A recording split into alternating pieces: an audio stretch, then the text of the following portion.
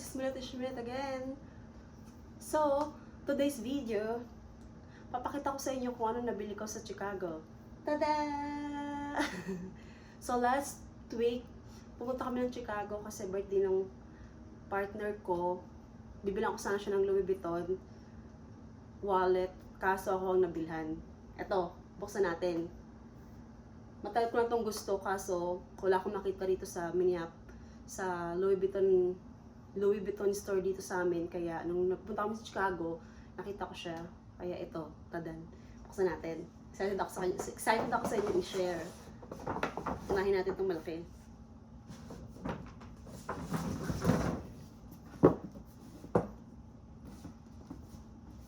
Oh my God, super ganda nito guys. Para sa akin. Ang ganda niya as in. Excited ako sa inyo i-share. Tanananan!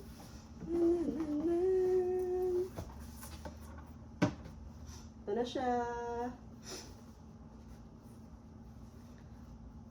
Yeah! So, this is called Babylone chain PM size. Yeah, I think color magnolia or something. It's like parang pink color siya, you know. Ang ganda niya. Tapos may kasama siyang long strap. Pwede mo siyang i-wear handbag or crossbody bag. Kaya super ganda niya kasi convenient siya, lalo na pag may anak ka na. Yan. Ito mo siya. So, mo siyang ganyan.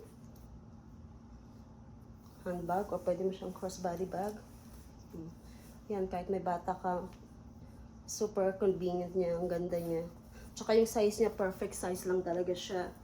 Pati yung loob niya, super nice kasi brown color siya. Hindi siya dumihin. Ayan. Ang ganda nito kasi limited edition. Tsaka, ang ganda ng leather niya.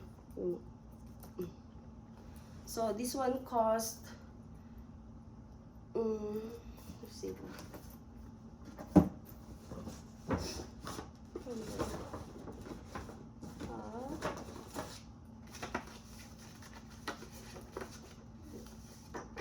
So, this one cost $3,650 US. Ayan. Ayan. Ayan. Super ganda. Pwede mo siya i-carry siyang ganito. So, ito. Tapos, binilang ko siya ng wallet. Ito yung wallet ng purse. Ito. Which is, I think, this one is $770 US. Ayan. Ayan. So, perfect size. Cute. Meron siya. Pwede mo siya lagyan ng card. Coins dito. Tapos, cash. Yan. Oh, super ganda niya. As in, talagang na-inlove ako ito nung nakita ko to. Ayan. Bumili na ako ng keychain or first bling para dun sa isang black wave ko. Ayan.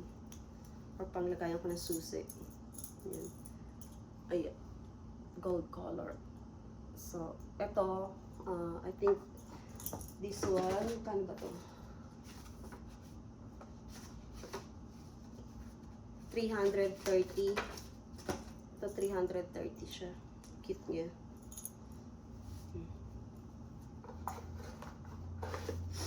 Oh my God, ang ganda talaga nito.